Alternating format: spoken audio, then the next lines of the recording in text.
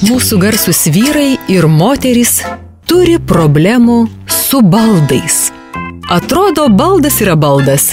Kas čia gali būti įdomaus? Bet daugelis tų baldų galėtų papasakoti oi kokių istorijų. Liūdniausia iš visų baldų turbūt bus nusiraminimo kėdutė.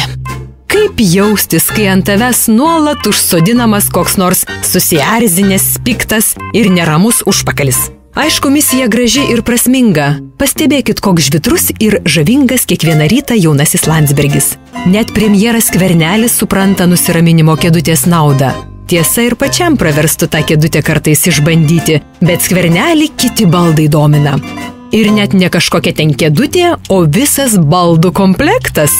Prabangus krėslas, didžiulis rašomasis stalas, o už jo valstybinės vėliavos ir prezidentinis herbas. Tiesa, šių baldų gamintojus dėl užsakymo Skvernelis vis dar laiko nežinioj. Temps sakė iki paskutinio termino. Paslaptingas paukštis, Bet yra asmenų, kurie priversti domėtis net tokiais patogiais baldais. Vienas nepopuliariausių – teisiamųjų suolas. Bet ant jo prisėsti pretendentų yra tiek, kad daug dievė suolelio kojos atlaikytų, o tai po to reikės alkoholio dėžutėmis ramstyti.